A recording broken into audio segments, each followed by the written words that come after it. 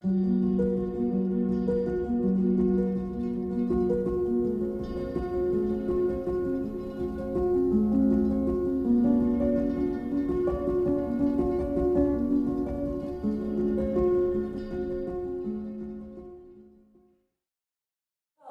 evening, everybody. It's wonderful to have all of you here and in the theater seated so early. It's terrific. Thanks. I'm Pat Jenny. I'm president of the Salisbury Forum, and on behalf of our board, I welcome all of you to our 20th anniversary program on journalism. What it was, what it is, what it could be. All of us lucky attendees in this theater, we've never had a turnout like this beforehand, know that we have very highly respected speakers and a really hot topic because the program sold out in 36 hours. And we wanted something special to celebrate our 20th anniversary, and we certainly got it. Before we get started, I have sort of an unusual request, but, well, actually it may not be necessary now because we don't have live streaming going on, but if you could turn off your phone or turn off your Wi-Fi, it'll help the Wi-Fi in the auditorium. During the past 8 months, Americans have experienced seismic shifts in the governing of our nation. One of the purposes of journalism is to help all of us sort through what's happening, to how the changes are reshaping our communities, our nation, and the role of the U.S. in the world. We have two of the most respected news journalists with us this evening, Judy Woodruff and Brian Ross, and introductions in a moment. So looking ahead to the rest of the year for the Salisbury Forum, on November 9th, Anthony Marks, who is the president of the New York Public Library, will join us at Housatonic Valley Regional High School to talk about his leadership role since 2011 in expanding programs for children and digital access at the nation's largest library system, which includes no fewer than 88 branches across Manhattan, the Bronx, and Staten Island. And then on December 12th, also at Hoosie, two professors from the University of Texas at Austin, Dr. Dean Spears and Dr. Michael Geruso, who are authors of a new book, which is called After the Spike, Population Progress and the Case for People, will discuss their notion that too few people on the planet will not allow us to sustain the progress that the world needs. And we're already hard at work putting together a calendar for 2026, including the March 27th town-wide read program with Russell Shorto, who is the author of Revolution Song. And this is going to be part of Salisbury, the town of Salisbury's celebration of the nation's 250th anniversary of the signing of the Declaration of Independence. 2025, as you all know, marks 20 years since the founding of the Salisbury Forum. And we've been bringing programs that are free and open to the public ever since. Later this evening at our reception, we will be thanking our supporters, you, for your involvement in the forum as donors and audience members. And as you know, our revenues come largely from individual donations, as well as contributions from local businesses and schools. And in fact, the program and reception this evening is being sponsored by MBT Bank. In the next 2 weeks, many of you are going to receive our fundraising letter or email, and please give generously. It's easy to do. You can just go to our website, hit the donate button for giving options. And thank you. And now to introduce Judy and Brian, who may not need an introduction. Judy is a senior correspondent and the former anchor and managing editor of the PBS Newshour. Because she has covered politics and other news for 5 decades at NBC, CNN, and PBS, Judy has been on the televisions in our homes for many of us, much of our lives. She was the chief Washington correspondent for the McNeil-Laird Newshour from 1983 to 93. And during those years, she also anchored Frontline with Judy Woodruff. Moving to CNN in 1993, she served as anchor and senior correspondent for 12 years, and then returned to the Newshour in 2007. In 2013, when she and the late Gwen Ifill were named the first two women to anchor a national news broadcast. After Ifill's death, Woodruff was named sole anchor until she stepped down in 2022. Judy graduated from Duke University, where she is a trustee emerita, and has received more than 25 honorary degrees, as well as an Emmy Lifetime Achievement Award and several journalism awards. And this evening, our friend and neighbor, Brian Ross, will be discussing journalism with Judy. Brian is familiar to many of us because he is an excellent facilitator and interviewer in many local stages. Brian and Judy entered the television business at about the same time. Brian was an NBC News correspondent for 20 years until 1994, when he joined ABC until 2018. During that time, he covered numerous stories, from the September 11 attacks to congressional scandals to Bernie Madoff, leading to a best-selling book, The Madoff Chronicles. Brian's work earned numerous awards, multiple Peabodys and Emmys, and the Edward R. Murrow Award. He continues to expose government and corporate corruption on a weekly show on the Law and Crime Network, which you can hear on Robin Hood Radio. He's had a home in Sharon for almost 40 years. So please join me again in welcoming Judy and Brian.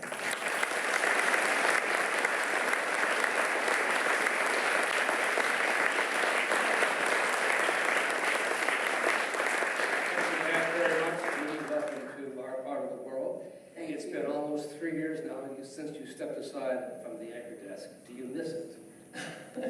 Well, I'll answer that question in just a moment. But first, I want to say, I want to do what politicians do, which is redirect the question and say what an honor it is for me to be with all of you on your anniversary for the Salisbury Forum, and to thank Jamie Lehrer, who is somewhere here. It's not Jamie, there she is right now, the daughter of my beloved mentor and the late Jim Lehrer, was the reason I went to PBS in the first place, way back in 1983. Jamie wrote me a few months ago and told me about this organization and this event, and there was just no way I could say no. So, Jamie, and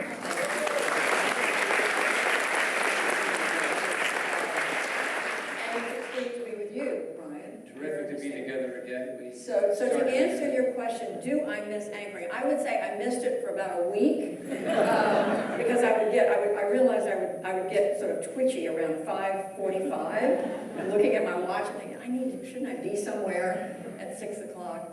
But after 11 years of anchoring at the Newshour and having anchored for a number of years at CNN and having had decades of political reporting under my belt, I felt it was the right time to move on to do the kind of reporting that I'm doing right now. And so we can talk about that. And I love what I'm doing. And by the way, my successors at the anchor desk, Anna Navaz and Jeff Bennett, are doing an amazing job. So we want to give them.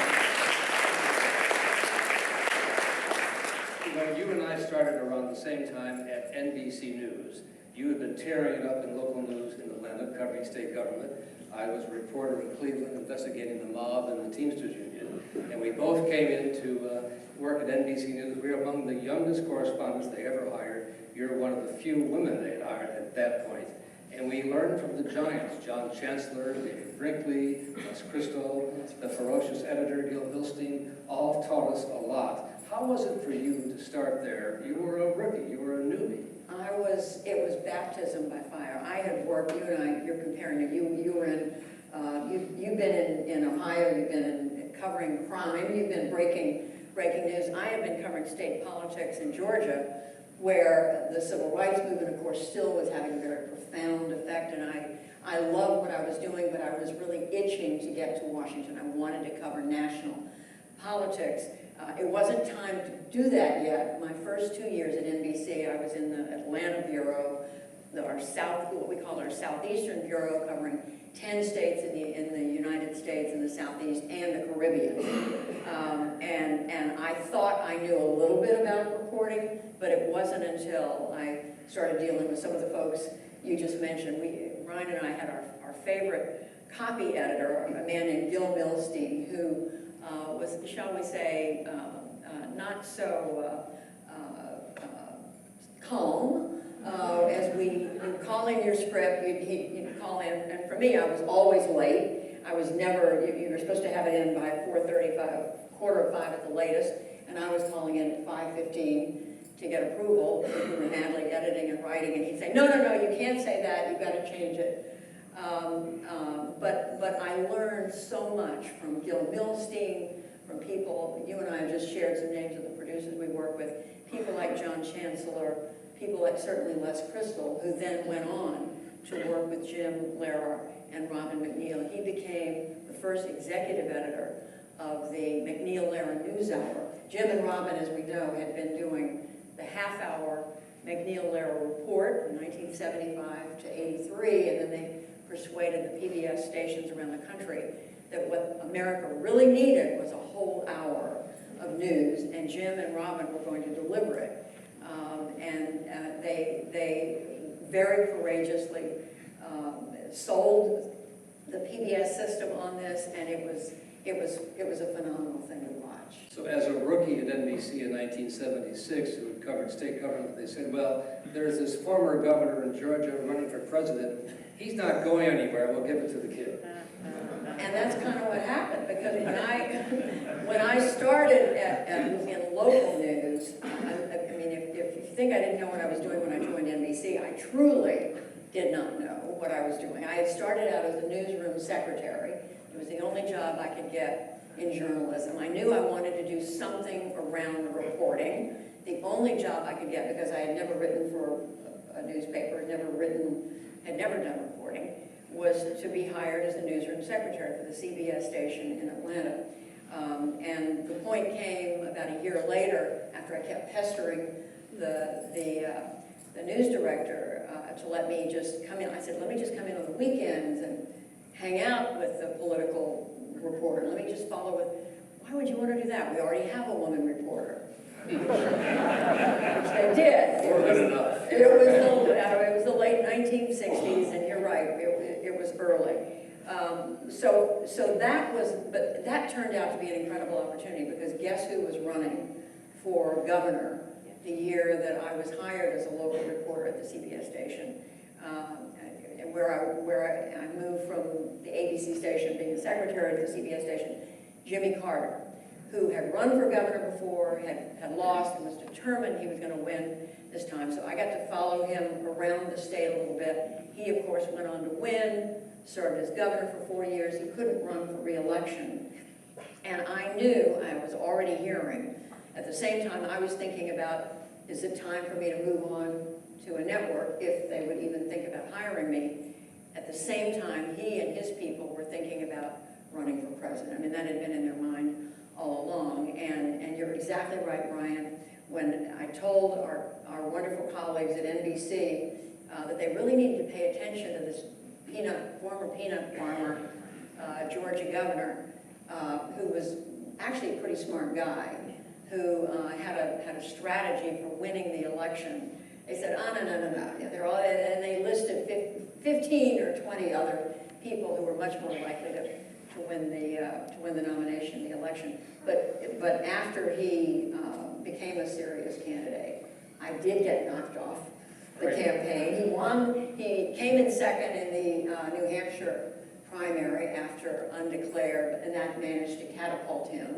And I had been hanging on as a reporter at that point, and NBC pulled me off the campaign. They put on, of course, it was completely understandable, the two correspondents who were waiting in line, senior correspondents, waiting in line to cover the front runner. And I was junior. I had only been there for a year. But I kept kind of literally hanging on, literally. I volunteered to work weekends, overnights, anything I could do. They let me go to Plains, Georgia, when Jimmy Carter would go there on the weekends. I would join the softball team, the press softball team, playing ball against the Carter staff. And of course, they always had the Secret Service on their team. They won every single game. But that's how frankly, that's how I met my husband, Al Hunt, who was covering American politics at that time. He was going from campaign to campaign. He came through Plains one weekend, and I was playing second base. I was part of work, playing second base for the press team. And that's how I met him. You didn't ask me about that. No, but NBC was smart enough because you're reporting even though they'd taken you off the campaign. And by the way, same thing happened to me. I was assigned to John Glenn. He started to surge, and they took me off and Bob Hager. So anyway, so you then got your ticket to Washington, D.C., covering the President of the United States. I did. I mean, I still was the third or fourth person, I think, in line covering the campaign. But after Carter won, I lobbied like crazy. I said, look, I'm the one who has the best contacts in this campaign. Now, I did this knowing that they really weren't telling me a whole lot. I mean, these are people who knew how to not tell the press anything. And so I mean, I had to work as hard as anybody else for information, but I did have long-time relationships with press secretary, certainly the strategists, people like Hamilton Jordan, who became his chief of staff, Jerry Rafshoon, who was his media advisor, and others.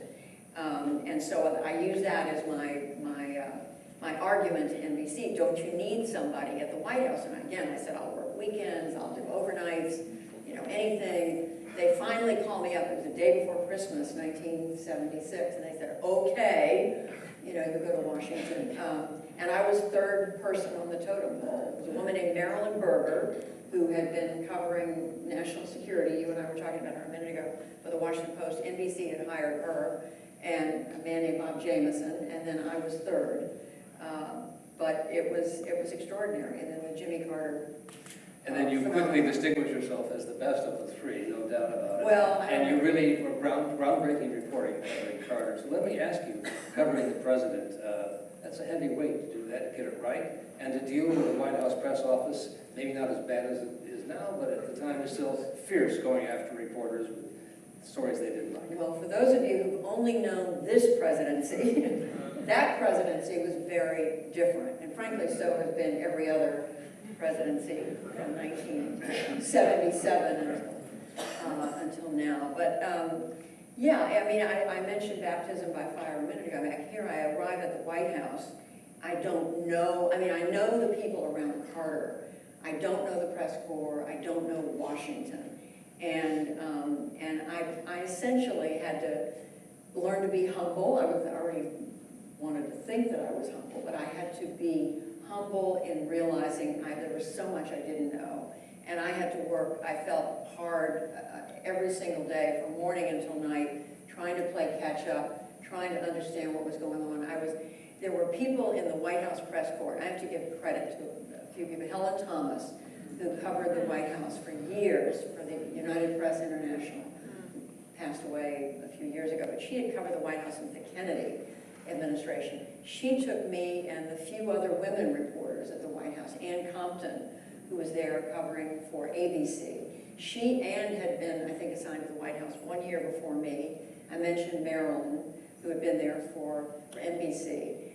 And there were a few other print reporters who were really important in my life. Andrea Mitchell came along at NBC a couple of years after I came to the White House. She ended up filling in the White House beat. But to answer your question, Brian, I mean, it was Jimmy Carter came to Washington believing, and his team, believing that they had the keys to the kingdom, that they had figured out how to win the presidency with no help from the Democratic Party, and they decided, we don't need the Democratic Party, we don't need to bring in Democratic senior wise figures in the party to help us out. It was only about, frankly, 3 years into the Carter presidency when they started to change some staffing and lean harder on people like Bob Strauss, who was the party chair, and others. They brought in a woman named, I'm not going to remember her name right now, but who had been a lobbyist. There were other, because some people called it the Georgia Mafia. They relied very heavily on that original team, and they thought they knew all the answers. And they got, look, they got a lot of things right. Jimmy Carter's instinct about the environment, human rights, the Panama Canal Treaty, certainly the Middle East. I covered the Camp David Accords. I mean, Carter was our last American president to successfully hammer out with the leaders of Israel and Egypt an enduring peace agreement. That agreement still lives between Israel and Egypt. He deserves enormous credit for that. And of course, we all know what happened later in his presidency, that the economy was headed down, the Iran hostage crisis happened, and that became, frankly, those two things together really became the defining moments of his, or aspects of his presidency that he wasn't able to overcome in the election of 1980. But in retrospect, I think we all know, I mean, given his passing just a year ago, we saw the outpouring of affection and respect for him. And I think we've finally come, all these years later, to give him the respect that he deserves. As someone who covered the White House and later lots of coverage in Washington, one of the criticisms we hear about the Washington press corps is there's a kind of a group think, a left to center group think. Did you find that? Do you push back against that? Do you get instructions from New York on what the story should be? How does it work? Well, you know, right, it's a complicated thing, the way the press corps works. We all are, for one thing, what everybody should know, what you do know, I'm sure, is that it's very competitive. We're all, we all want to get the story, we want to get the story right, we want to get it better than anybody else, and we'd love to get it first. And that, I knew that, I understood that was the ethos when I got to Washington. I didn't fully get it until I had been there and I saw some of the I should say, tactics that people used to be first. Such as? Well, I'm going to write a book one of these days, and maybe put it in there. But, I mean, it's very, very competitive. Having said that, we're all in this cauldron where we're, frankly, I think still even in the Jimmy Carter day, I thought there were too much press attention on the White House, not enough on the agencies, not enough, frankly, on the rest of the country. I think here we are all these years later, and I think it's even more of an issue today. I think there's way too much attention just focused on that spotlight of attention is focused on the White House when we need to be paying more attention to what's going on in the departments, in the agencies of government, in the Congress. And I know, people say, but that's where the power is. And increasingly, yes, the power has for sure gravitated more than ever to the executive and to the president. We can talk about that in a minute. But because we live in kind of a hothouse environment, there's no question that there becomes a kind of groupthink. We live in a bubble. I mean, I call it a bubble. Too many reporters today. It was the case then, it's especially the case today. We don't get out in the country enough and talk to the American people. We talk to each other. I mean, some of it is just the work. You've got to file your story every day. You need to be on top of the news. You need to know everything the president said and congressional leadership said. You need to know what's happening in the State Department and the Defense Department and so on. There's plenty to report on. And we're all reading what everybody else has written, the New York Times, the Washington Post, the Wall Street Journal, the networks, and the list goes on. And today, of course, it's a much more complicated journalism picture, and again, we'll talk about that. But I do think that there is a kind of groupthink that sets in. Did I realize it in the very beginning? I don't think so, but I think over time, all of us realize that. And I think we, certainly in my case, in the case of many of my colleagues, we would talk about it, we'd say this is not where we want to be. But on the other hand, if everybody else is reporting and focusing on something the president said yesterday that made big news, and your news organization and you are going to ignore that and go with something else, there's going to be an editor or a producer who's going to say, are you sure you want to do that? Are you sure you don't want to go with the story that's the big story of the day? So there is a lot of peer pressure. And I think so much of it stems from the fact that there's just so much attention on the White House, on the president, that we now have given the presidency, the executive branch, the White House, the ability to set the agenda because we focus so much attention on it. At some point you left NBC and you went to PBS. What's she doing, we all ask. Well, it's interesting. I had been at NBC for almost 9.5 years, and my good friend at NBC, Les Crystal, who had been president, had been lured to PBS, to the Newshour by Jim Lehrer and Robin McNeil to be there, as I said, first executive producer. And I knew they were starting this groundbreaking 1-hour program that I spoke of. And I was intrigued by the idea that they were going to be, that this was going to be a whole hour of news. I was already watching, the networks had been saying for some time, the commercial networks, ABC, CBS, and NBC, that they were going to go to an hour. But the affiliate stations, stations all over the country that are connected to the network, didn't want to give them that extra 30 minutes of real estate because they were making money on Wheel of Fortune or Jeopardy or whatever Exactly right. the show was that they were airing from 6:30 to 7 or 7 to 7:30. And so they never got there. And those of us who are correspondents, you spend all day long, you're working a little hard out to report on a story, and then you're told, okay, tonight you don't get 2 minutes, you don't get 1.5 minutes, you're going to get 1:10 to tell this story, and you've got to cram it all in there. And my last year at NBC, I had been at the White House, and I was then reporting for the Today Show. I was their morning interviewer from Washington. And there was one day I prepared, I don't know, days, because I had an interview with the Secretary of State, George Shultz. This was 1983. And that morning, something happened in Hollywood. I don't remember what it was. And so they suddenly changed the lead of the show. They said, you no longer have 6 or 7 minutes, 5 minutes of this interview. You got 3 minutes. So I had the Secretary of State 3 minutes. And I'm not going to say that was the one thing that changed my mind, but it was something that it's emblematic of what I saw happening. And this was all the way back in 1983. But it was that kind of thing that I was thinking about. And then I was watching what Jim and Robin were doing. I had so much respect for both of them as journalists and what they had done at the half-hour report. So here they were, starting a whole hour, and they were offering, they had an opening for someone to be their Washington correspondent. And I thought, that would be incredible. So I made that move, and I will tell you, some of my NBC bosses told me I was absolutely crazy to go to PBS.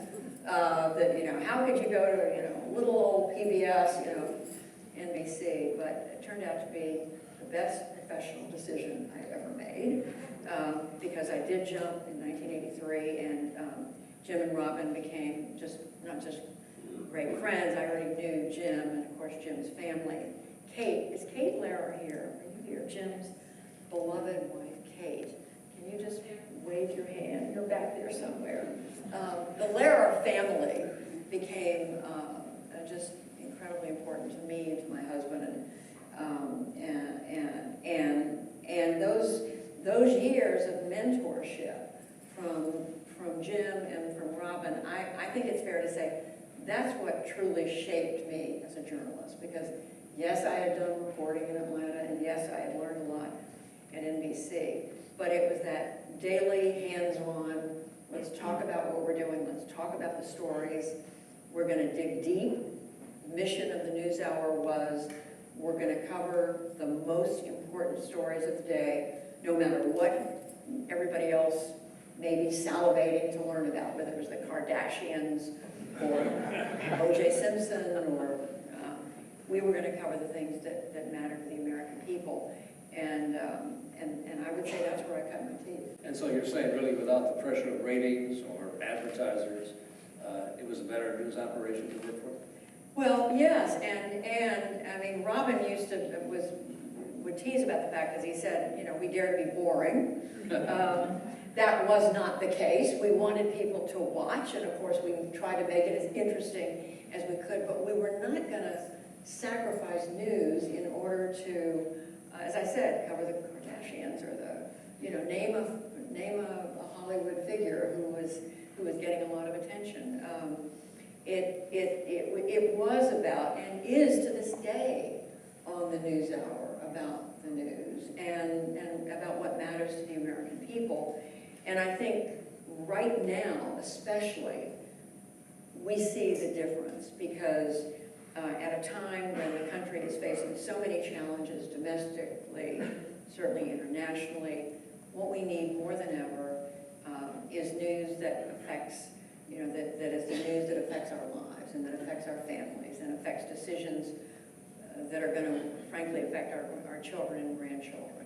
And that's the kind of thinking that goes into what the NewsHour does every single day. That is the legacy that was first crafted by Jim, by Robin, and it's been handed down. It was handed down to me, to Gwen Eiffel, who, you know, as was mentioned, Gwen and I were named the co-anchors in 2013, and then just a couple of years after that, Gwen very sadly, and Gwen lost her life. And but after that, I mean, the executive producer, Linda Winslow, who succeeded Les Crystal, and then to this day, Sarah Just, who came from ABC to the NewsHour, I want to say 10 years ago.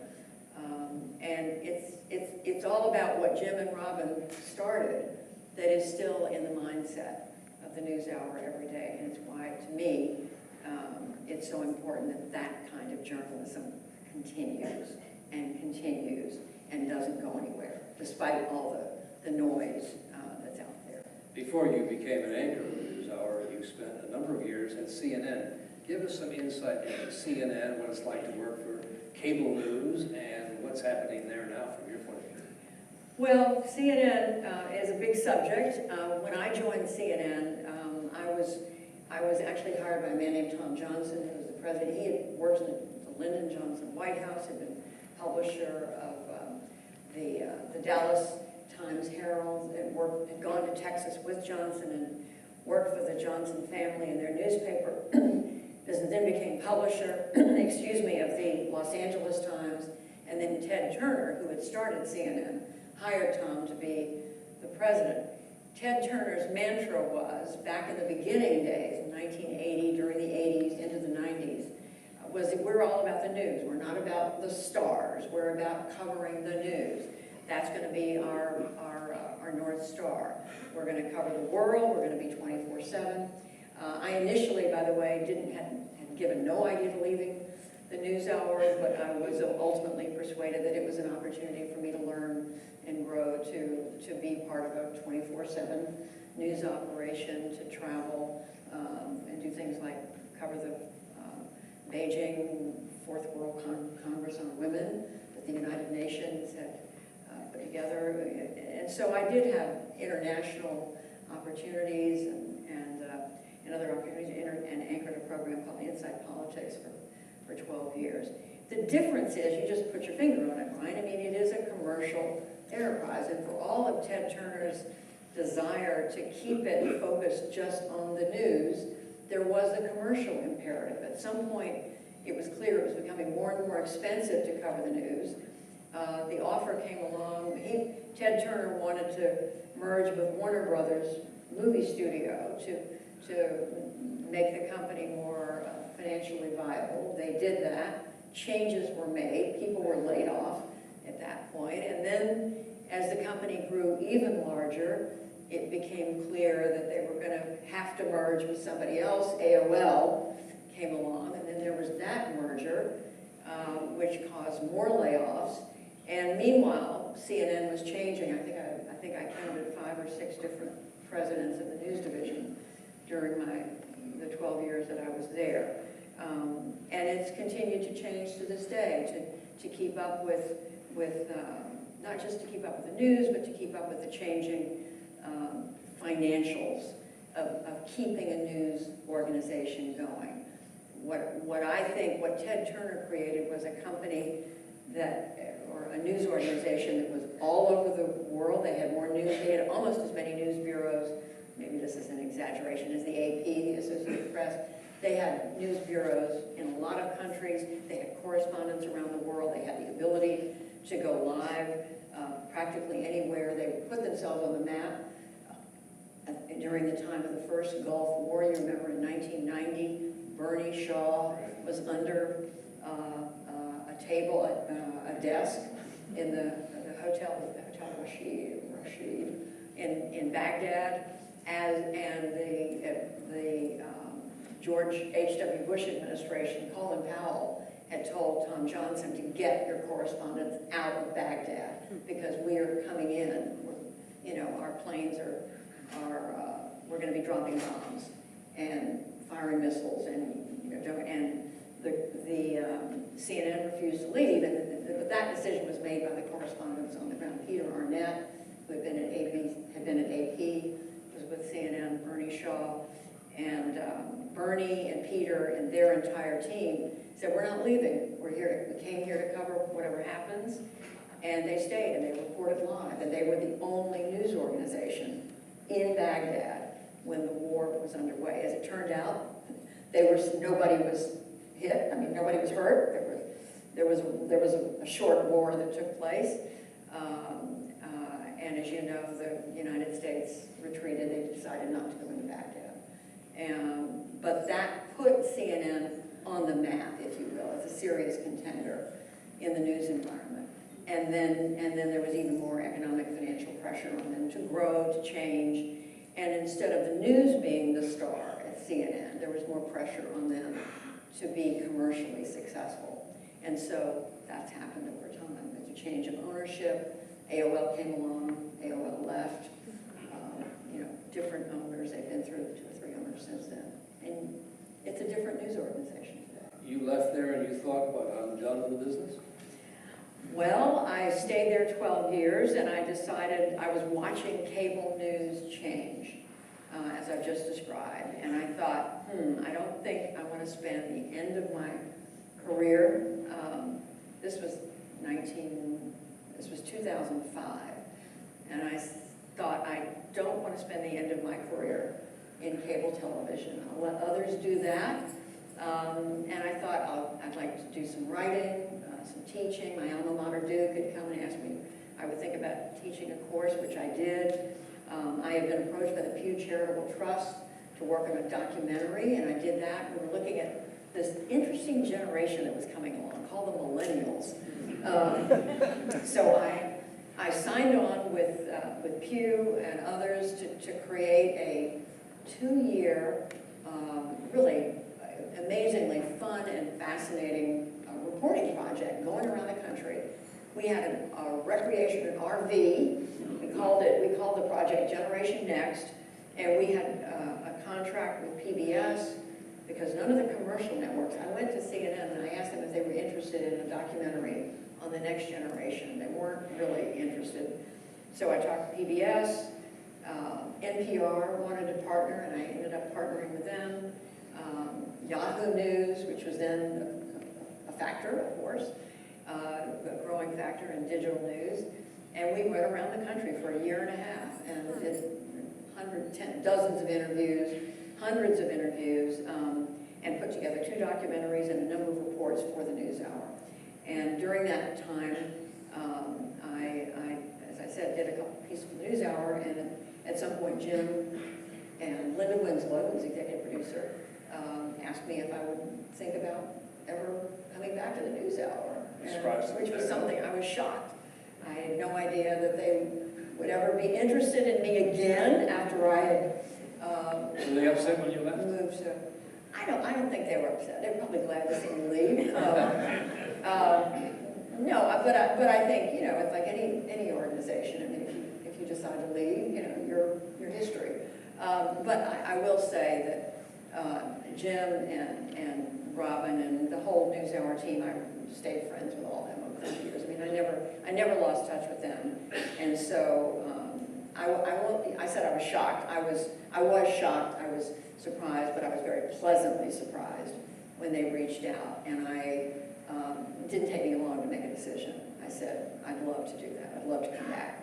By this time, they were an even more of a force, if you will, on the journalism landscape. They had brought in more correspondents. Gwen Eiffel was there, Margaret Warner, Jeff Brown. There were the folks, Ray Suarez, the names who have become so familiar to all of you who follow the NewsHour. So I didn't know that they really had room for another correspondent, but I was very, very glad to be invited back. When you became anchor, did you find that you had incredible power? You could decide what was on the air? Was it up to you? How does it work? Well, you know, the fact is it's a joint arrangement. It's the anchors and the executive producer. And the days of Jim and Robin and the executive producer then, that's how decisions are made, very heavily influenced by Jim and Robin naturally as the founders of the program. After Jim and Robin stepped back, and I should say Robin stepped back in 1995, Jim in 2011, I think this is right, 2012, the decision-making moved to the executive producer and whoever was anchoring. And so, yes, Gwen and I and Linda Winslow were, you know, a part of it, but we've always been a very collegial, collaborative kind of place. I mean, our morning meeting, which is still sacred for the NewsHour, we meet at 9 o'clock and we go over everything that's happened, what did last night's program look like, what's happening today, what do we think we can do to help our audience understand what's going on, how can we advance the story, how do we advance people's understanding, and not just by repeating headlines, but by going deeper and by bringing on guests who have a lot of knowledge about this subject, who can deepen our knowledge, deepen our understanding. So we're all in the same playbook. I mean, if you come to work for the NewsHour, you know that that's what we're about. And so it's not like there's a lot of major disagreement. You know, no, I want to do this, I want to do that. Some disagreement, but in general, we are on the same page. We go in, once you know what the big story of the day, or stories, and you know you want to address that. And by the way, there are always pieces that have been in the works for days, weeks, and sometimes even longer, and you've been planning. For example, if this is D-Day, this is a day we want to look at U.S.-European relations maybe, or just the legacy of D-Day. That's something that we would have prepared a piece about. 9/11, over time, that's something you want to go back and look at what happened. And so those pieces, they're in the works and they're ready. But for the main, Brian, I mean, you're focused on the story of the day. What's happening today? How do you want to tackle it? How do you want to advance people's understanding of it? So fast forwarding to 2025, when you hear the President of the United States group you with other left-wing lunatics and seeks to cut funding to PBS, NPR, CTV, what do you think of that? Well, lumping us in with what you just described is absolutely not true. It's completely wrong and completely false. The NewsHour comes from a tradition of straight down the middle journalism. We want to understand both sides, all sides of the story. We have always bent over backwards to talk to people on the left, in the middle, and on the right. That's part of our DNA. That's who we are. And so, you know, there may be specific complaints that somebody has with some program that PBS put on at one point, or one thing somebody said at an interview. Sure, we're not perfect. I mean, we're human. We make mistakes. So you can pick one or two examples, but the body of work, certainly of the NewsHour, programs like Frontline, programs, certainly the work that Ken Burns has done, his documentary work, to me is a remarkable piece of the American journalism landscape. And I mean, I say that without patting myself on the back. I'm saying that these are programs that have grown out of a deep belief that journalism is about informing the American people and not being driven by one point of view or another, not being driven by advocacy.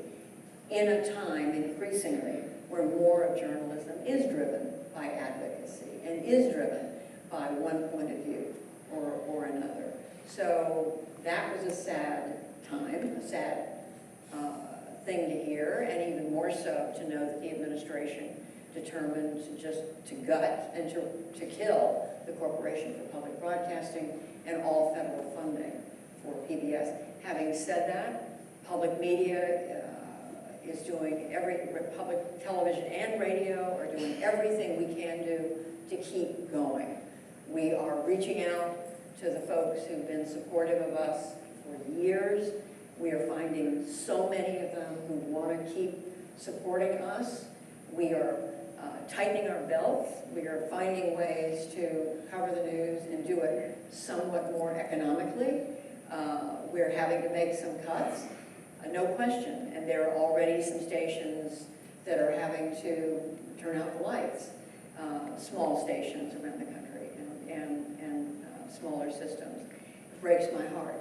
It breaks my heart because so much when I think about children's programming, when I think about the cultural programming, the arts, history, again, Ken Burns, the Newshour, Jim and Robin, what they represent, Frontline, and I could name so many other aspects of what public broadcasting has been. It breaks my heart. But we are not shrinking away quietly in the night. We're still here. The Newshour is going to keep going. We're going to keep going until the last dog dies, or whatever that expression is. We're not calling it quits. We are here to serve the American people as long as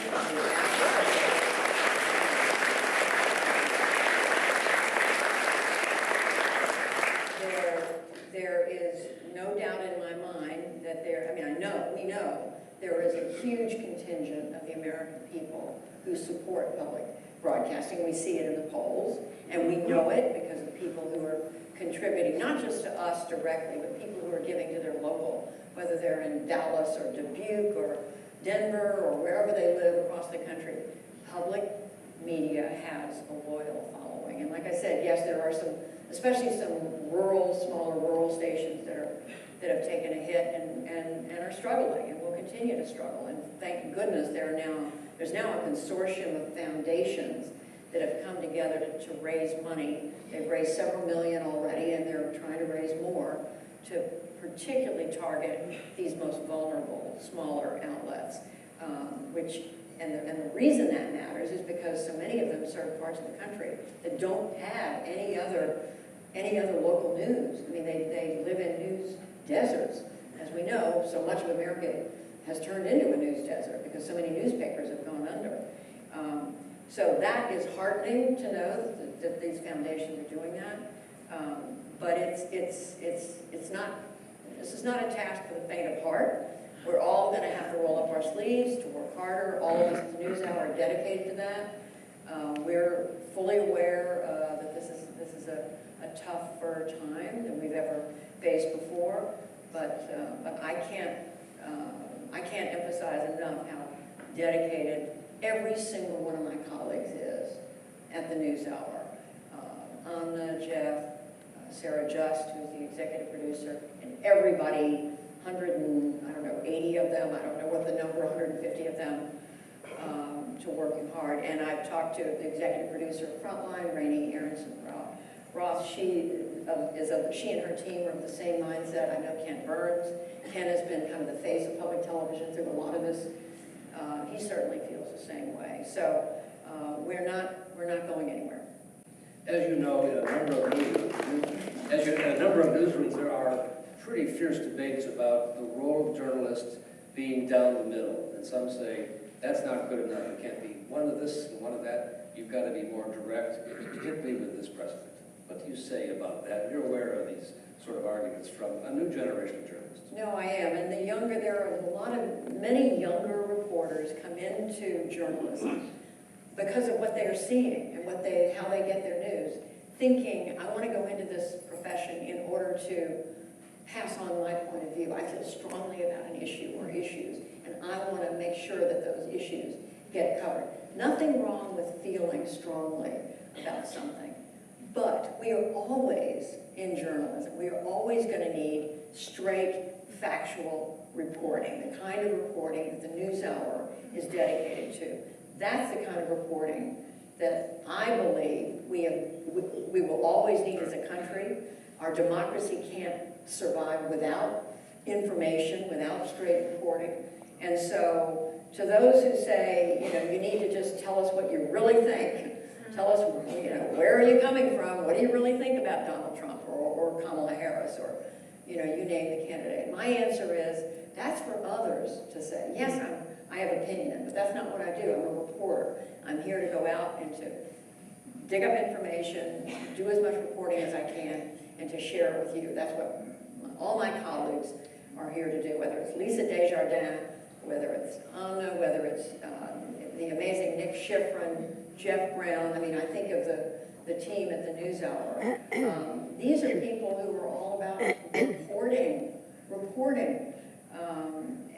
And look, I know the landscape is filled now with lots of folks who are making a living on either podcasts or TikTok, Instagram, and on down the list, YouTube, with opinion only. That's fine. Debate is great. We welcome debate, but we still need the reporting, and we can't live. I would argue we can't have a democracy unless we have sufficient, absolutely straight and honest and clear and transparent reporting.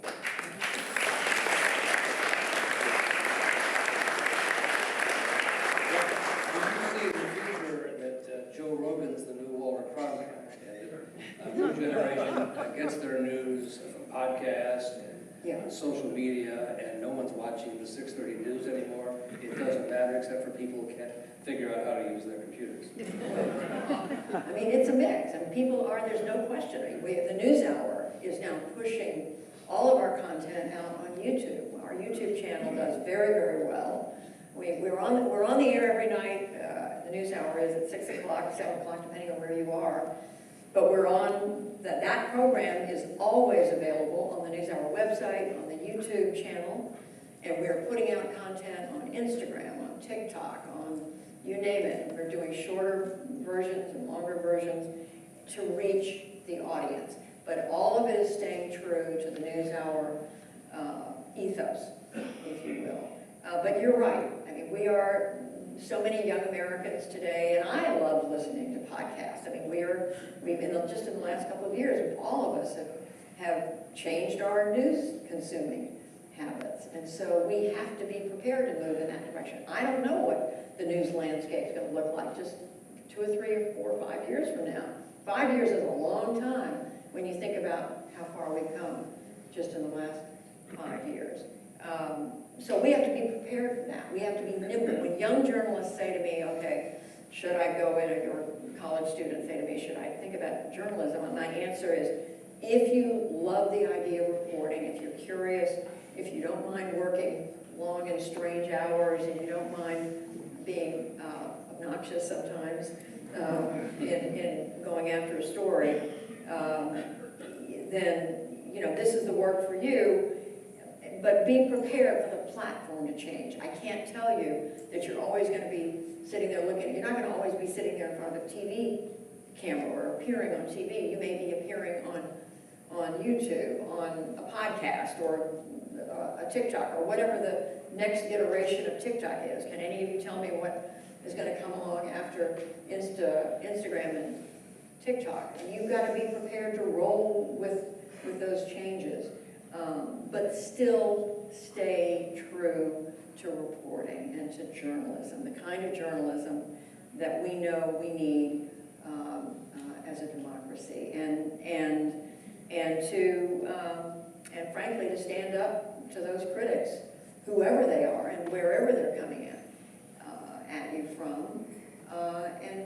standing up for that. We're all going to have to stand up for this kind of work. It can't be shrinking violence right now. So how or should a journalist respond to President Trump, who calls him regularly fake, jerks, scum, and worse?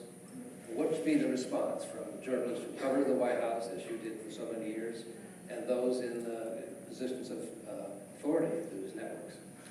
I think what we need to do is exactly what the Newshour is doing, what the New York Times is doing, what the Wall Street Journal is doing, what so many other news organizations that we have respect for are doing, and that is report the hell out of the news. Report, report, report. Look for facts, look for evidence. When you make a mistake, acknowledge it. Be as transparent as you possibly can, but don't get into fights with the President of the United States. It doesn't serve us well. That's not what we're here to do. Don't respond. Don't respond. I think our response is to do our work and to keep on asking questions, to keep on digging, and to keep on reporting. And that's what the New York Times is doing every day. It's what the Newshour is doing, the Wall Street Journal. I look at these news organizations, and yes, the podcasts are great, and TikTok and the rest, but guess where they're getting their information from? They're getting the information that they're talking about from legacy media, the Associated Press, New York Times, sometimes the Newshour, ABC, CBS, NBC, CNN. I mean, whenever these other so-called legacy news organizations, when we find out information that the public needs to know, that's what gets picked up by the Joe Rogans and the many others on the left and on the right. But the reporting machine is what has to keep going. Well, I can see why the New York Times wrote about you a few years ago. With her hands clasped and her voice low, Judy Woodruff stands as a counterweight to a haywire area of American news coverage.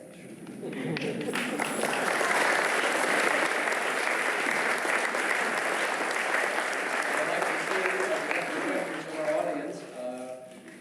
Jamie and a couple others have microphones. Let's find what the microphones are, and we'll go where the mics are. Okay, let's see. We go right here. Yep. Thank you, that was fantastic. I'm Josh Ginsberg, I'm a scientist. It's an interesting time to be a scientist. You use the terms right up the middle and truth, and I was curious how you think I'm sorry, say that again. You use the term. terms doing news that's right up the middle or the truth. Right. And I'm wondering, how do you balance that in a time in which at least one side of our political divide has no respect for science, for facts, and for the truth? It's gotten harder. It's gotten a lot harder.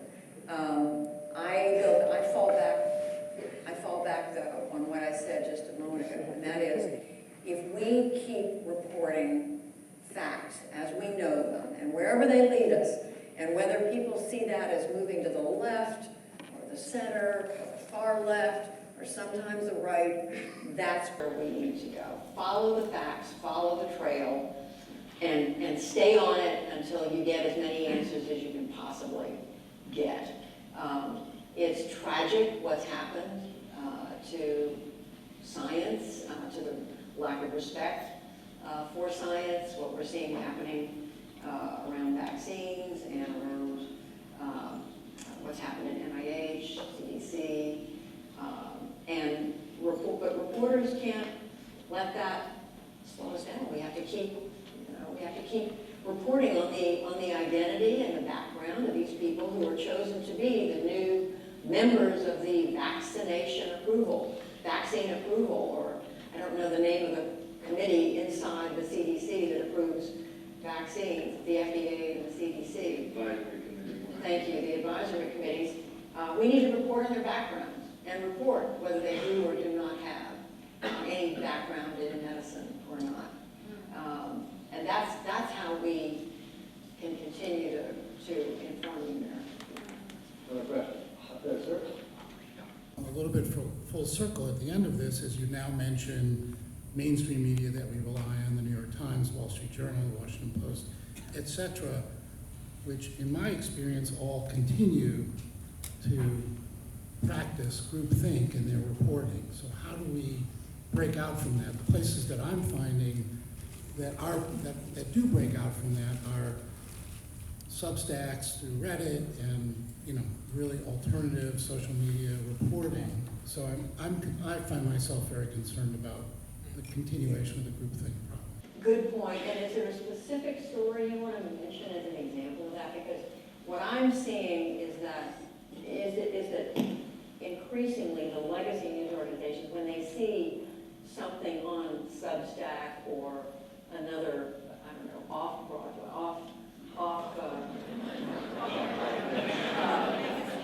news organization. I can't really call Substack a news organization. It's a conglomeration of people who want to write something to share, and frankly, a lot of outstanding journalists write for them.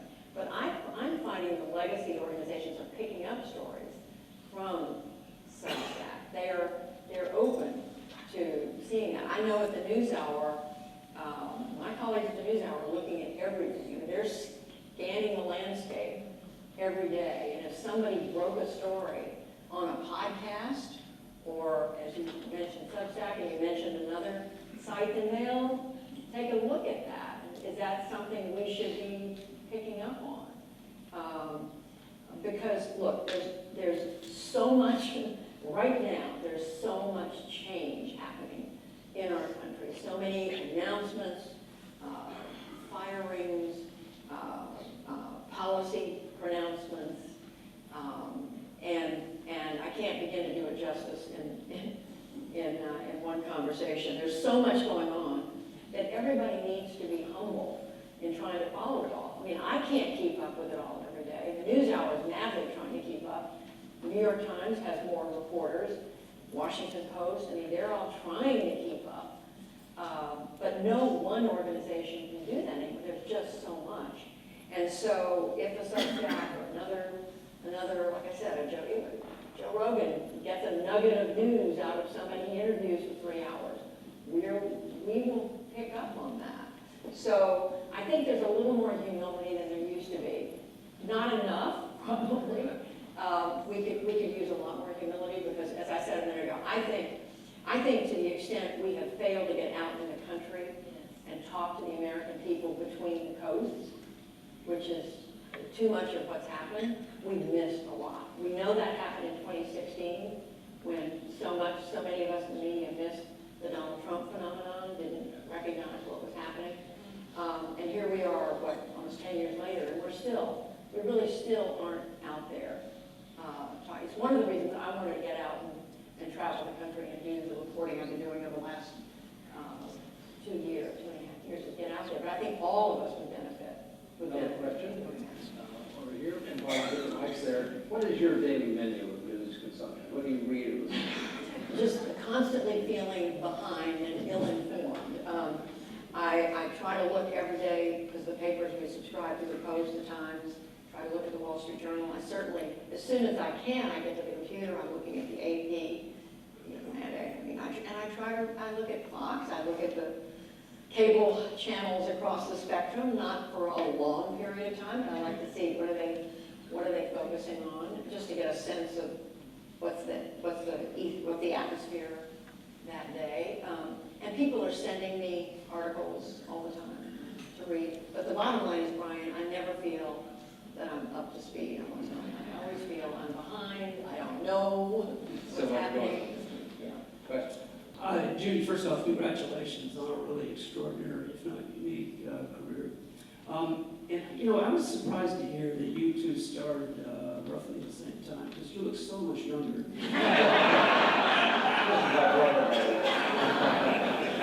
Sometimes I have to push back a little on your account of PBS. I watched your election night coverage last November, and frankly, it was hard to tell which of you hated Trump the most. Hard to tell what. Which of you hated Trump the most? I mean, it was very competitive in that way. And by the end of the night, most of you were either near tears or on, perhaps it was... You're talking about 2024? 2024. I would disagree with you, but we can duke it out. Well, I watched the broadcast. And what's the question? Well, the question is, in the McNeil Blair days, I don't forget any idea who they supported. as candidates. Much like Southern overrooting for one candidate or another. That was not the case in your 2024 coverage. So would PBS be better serving the public if it returned to that model, or at least offered a bit of balance in its political coverage? Yeah, I just dispute entirely what you just said. Watch that broadcast. You're entitled to your opinion, Oh. free country. You did watch the broadcast. All right. But I would argue, I believe, I know, that this is a team that, sure, people have opinions. I mean, I'm not saying we're all robots. We're not ciphers. We have views, but we are there to analyze and talk about what's happening. And that was the same philosophy that Jim Roman had. So, like I said, we can step outside. Settle this once and for all. Yes, sir. Thank you so much for being here. This is on, yeah. Judy, how would you handle as a reporter what is happening today to the reporters at the Pentagon and the restrictions are being placed on them regarding reporting what is going on? It's tough because there have been restrictions placed on news organizations and on individual reporters. This happened at the White House as well. All news organizations can do is just continue to, if a particular reporter is banned from covering the Pentagon or the White House, is try to get the information, try to certainly send it to somebody else from the team. And if that isn't working, do the best we can by working the phone, getting the information we can the way reporters have to do it. The fact is, you don't learn most of what you know about an institution by attending a briefing. The briefing, it's good to be there, you're posing those questions to whoever it is, whether it's whoever's the secretary or the press secretary, whatever.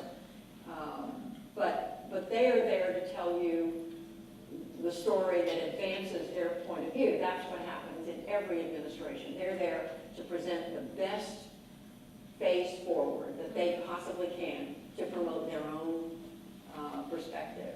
And so you go to a briefing and you're there, you can ask the press secretary questions of the secretary, but you do a whole lot of other groundwork by phone, by email, by meeting with people, document research.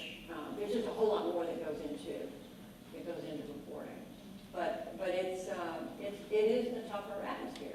A tougher time. There's no question. The White House has changed access for correspondence. People are working around it. But we are in a place that we have not been in before. I'll put it that way. We have not been in a place where news organizations are being selectively excluded because the administration doesn't like what they do. That has happened occasionally in the past, but not at the scale, I will say, that it's happening now. Question back there, over here, sir. How many states? Let's get the mic. Sorry. And I think you're right, Judy. Reporters are not stenographers. It's not our job to take down. Yes, ma'am. Judy, thank you so much for being here.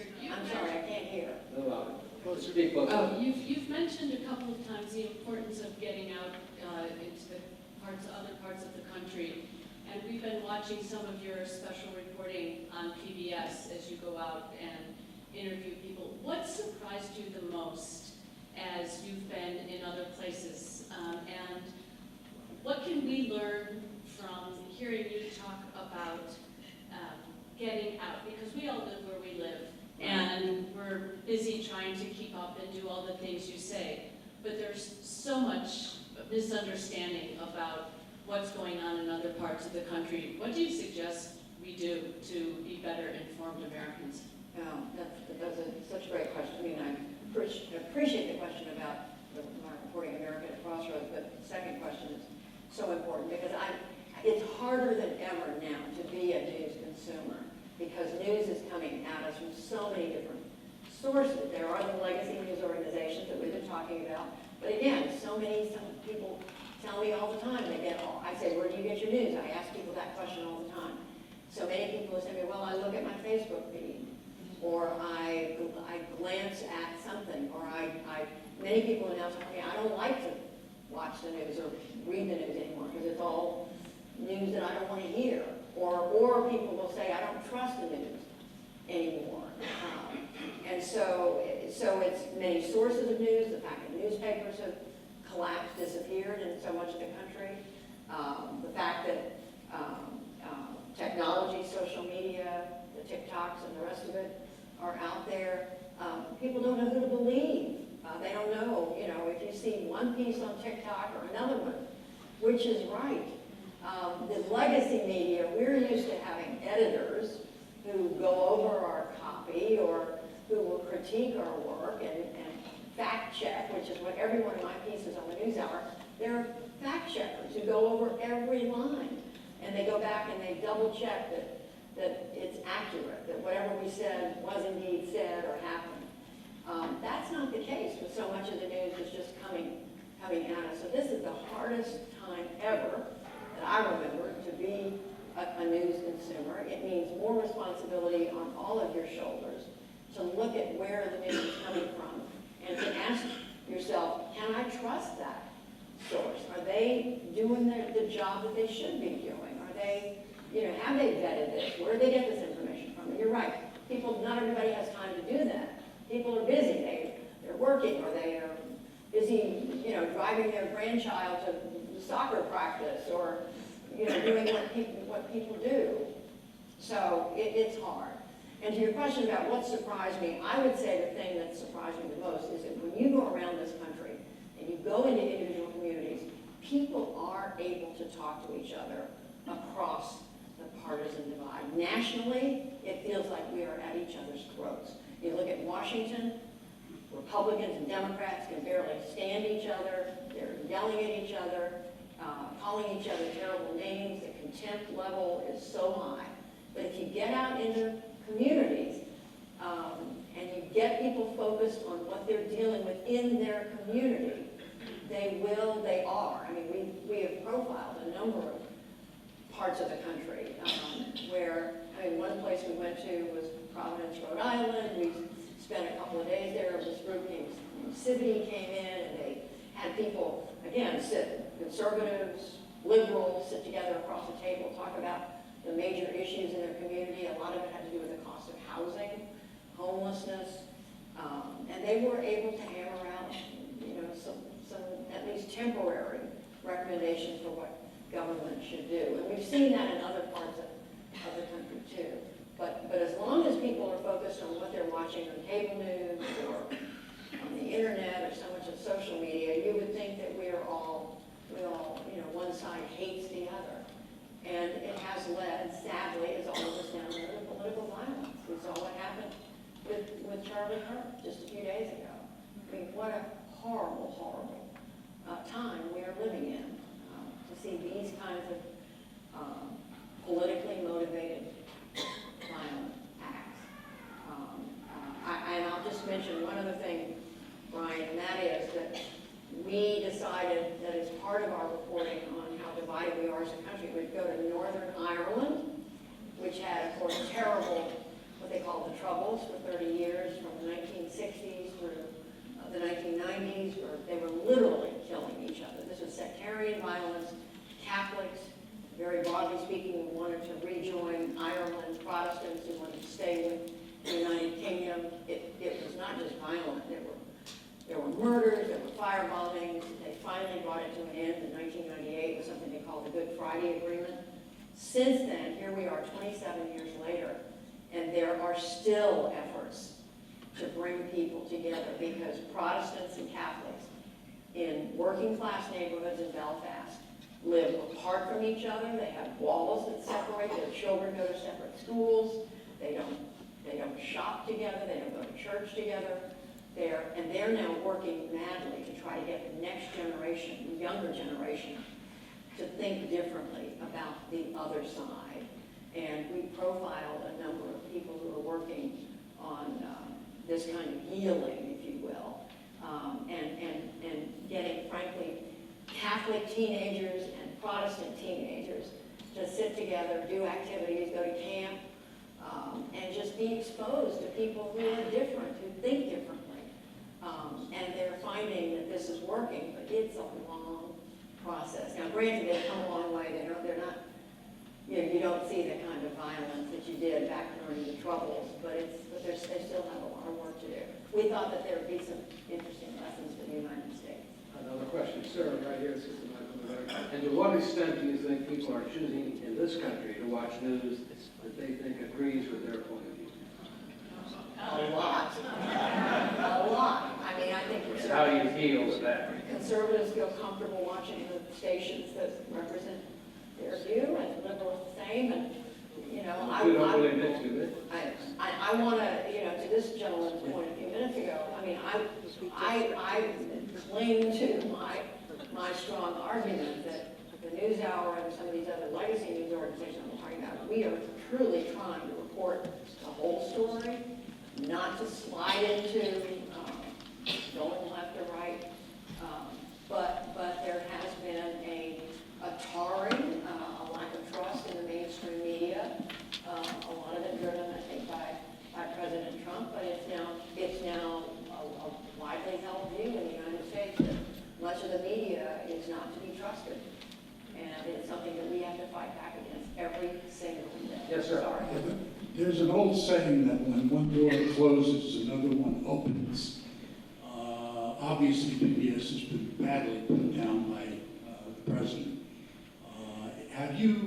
Has anybody in your organization given any thought to finding a way? I mean, I know whether it's possible to get on the ballot either locally or nationally, where you get the little box for the public can tick off that they contribute $1 or $2 each year to PBS, because it's over right now with the government. I mean, that's over. But if you go to the website, the first thing you're going to see is, how would you like to contribute to the PBS NewsHour? PBS is running, we run what we call, they're station breaks, essentially, and they're appeals by our local station, asking the audience in that local community, whether it's here in Connecticut, or whether it's, I don't know, Tucson, Arizona, the Phoenix area, we're asking our viewers, listeners in that community to contribute to the station, the local station, and then in addition, the national programs are asking for support. Frontline is asking for support on its website, the NewsHour. When we have what we call a pledge break every few months, somebody will come on the screen and say, you know, if you appreciate the work of PBS NewsHour, then please contribute. So, you know, if you want a tote bag or a coffee mug. In a way, is it liberating to be free from government spending because all of it comes from such things, right? Well, yes, it does. I mean, yes, it is in a sense, Brian, but it's also disheartening to me because even though, you know, you say, oh gosh, I wish we didn't have to depend on taxpayer dollars, and I wish that were the case, but it did allow us to do some of the reporting that we were able to do. And we're going to have to make up that difference now. And it's the will of our government, and that's the way it is. We'll make do. Next question right here. Hello? We do here, we'll get there next. Okay. Thank you. What do you have to say about the reliability of some of the Substack authors, Joyce Vance and Heather Cock-Richardson, Robert Hevel, Jay Quo? I read them, and it's not all I read, but they look pretty well researched. And what would you say about that? I would say, I mean, I think you learn something often from Heather Cock-Richardson. I mean, she takes a very clear point of view, and so does Joyce Vance. I mean, they're very much Democrats on the left, anti-Trump. So knowing that, I think it's important, whoever is writing, whether it's Substack or some other platform, that if you're writing opinion, to be open about it, to say, this is who I am, what I am. And I think Heather any mystery, or doesn't have any mystery about where she's coming from. But I also think you learn something. You learn some history. There are also conservative writers out there. And what I see of Substack is more the folks you've mentioned. I know there are plenty of sites out there that represent more conservative writers. I mean, the Weekly Standard, and there are others. And certainly the podcast that lean to the right. You can hear different points of view.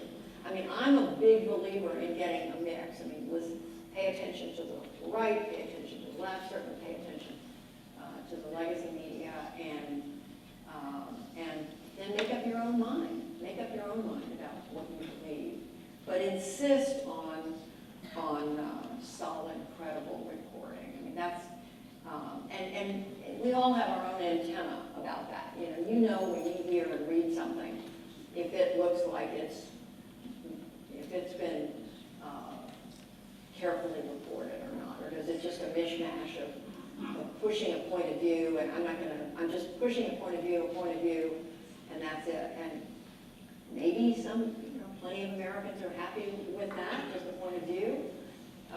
But I think we're all better served as citizens if we get the whole story, and then we make up our own minds. Over here. In your travels across the country, So a little bit closer to nothing. in your travels across the country, have people talked about the amount of school shootings in this country? More children are dying than any other subgroup of our population. And I don't see anybody doing anything about it except for some good organizations that care about children. The politicians, they haven't done anything. I'm saying to myself, what type of society are we allowing to have children be killed?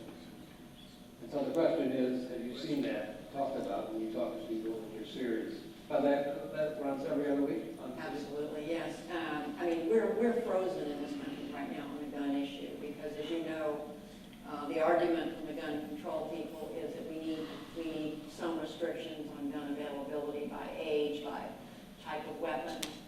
And then on the other side, the gun rights argument is we need no restrictions because anything we do to further restrict access to guns will open the door to the government coming in and taking all of our guns. I mean, the argument is frozen there. We just can't seem to make progress on it. We did a report from Tennessee a year ago.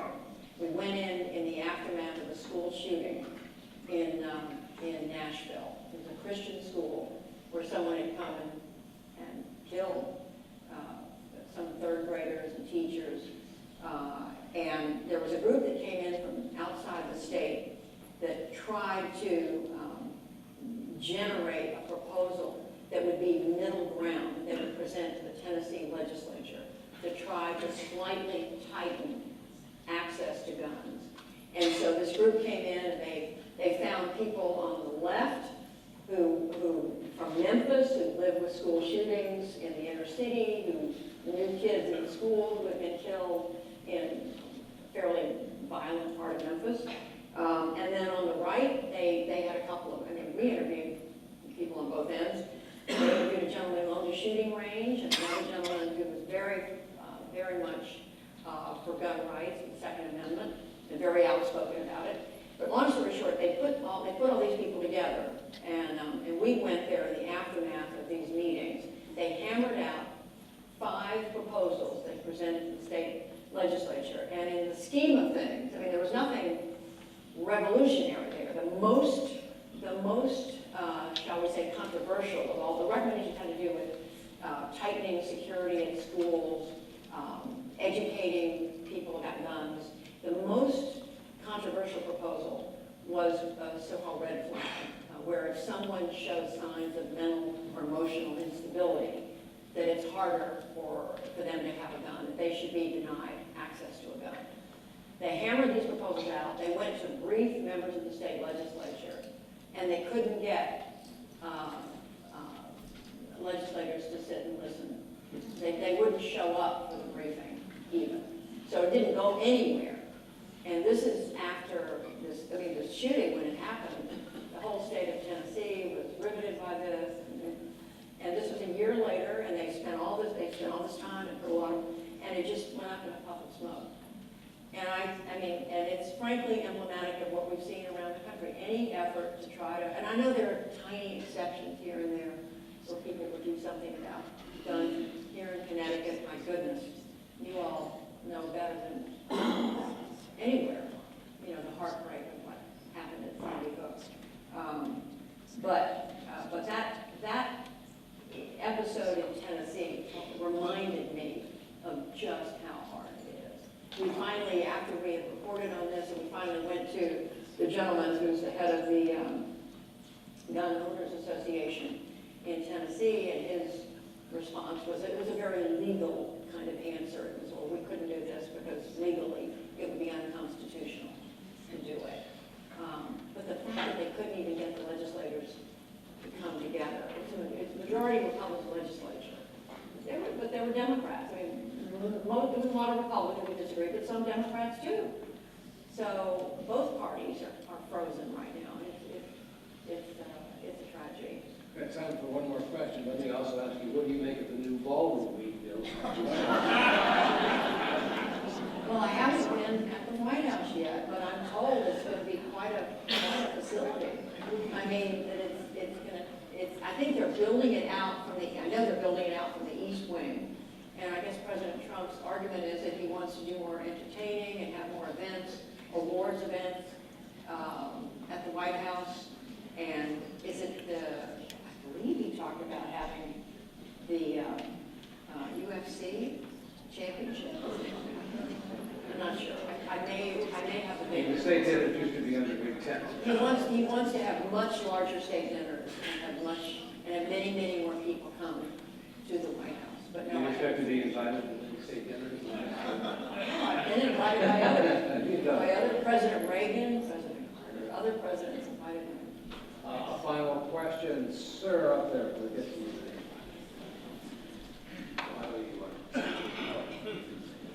Penultimate. Recently, we've seen some frightening capitulations by organizations that own media, the parent companies, ABC, Disney, and the settlement that 60 Minutes made.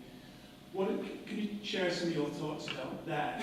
What the future of media can be if it's going to be in the hands of companies that are going to feel vulnerable to this kind of blackmail and intimidation?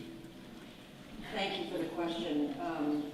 Given what's happened in a number of other countries that transition from democracy or a form of democracy to a more autocratic style of government, we're watching similar things happening here with efforts by the government, by the administration, to tell the media what they should be reporting and what they shouldn't be reporting.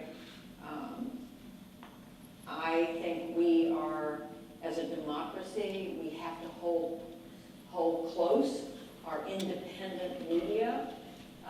That means any administration, whether it's Democrat or Republican, they're not going to like a lot of what is reported, but we need to continue to have an independent media that is out there doing the work of reporting to the American people. That's why we need a media, because if you just get your information from the government in power, and we know this, from whoever's in power, they want to tell you what they want, what their agenda is. And this applies to Democrats, it applies to Republicans. But what we're seeing today with the lawsuits against the New York Times, even the Wall Street Journal, the networks, ABC, CBS, is worrying, because it is an effort to control the press in this country. And we in the press have a serious responsibility to do the best we can to represent the American people and to report to the American people. And we need to be held to account for that. We need to have our feet held to the fire. Having said that, we can't do that job if we are told that we can't say something that's going to make an administration unhappy or angry. We have to be able to report straight, report truthfully, report the facts as we find them at any given moment. Ground truth takes longer to get to, and sometimes we never get there. But I do worry about where we are, and I am so proud to see institutions like the New York Times standing up and saying we're going to continue to report. But doing it I have to say this, doing it in a way that has some humility. We are not perfect. We make mistakes, and we need to be prepared to acknowledge that. We need to do a better job, as we've discussed, getting out in the country, talking to people, digging for facts. And when we make a mistake, admit it. And so we need to do our job with humility, but we need to do our job. And we can't do it if we're being told you can't report on that and you can't report on this. You can only report it the way we want you to report it. That's what's happened in a number of other countries as we look around the globe, and we don't want to go there. We don't want to be there. And that's why there's a lot hinging right now on the leadership of so many American media organizations to stay strong and to stay true to the mission, and through thick and thin. And whoever the President of the United States is, whether it's Donald Trump or whoever succeeds him, the person who comes after that the press does its job and does it in a way that we can hold our heads high, that we do it with respect and with integrity and with humility. And we just need to keep doing that.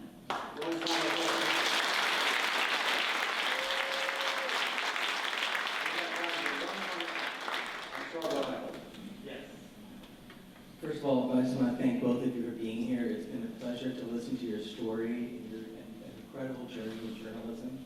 And it's encouraged me as I've been sitting here, what I would really love to hear is in all the years of your journalism, what would be one of your most favorite moments, or one that you really remember that maybe gave you the reason why you did this? The vindication.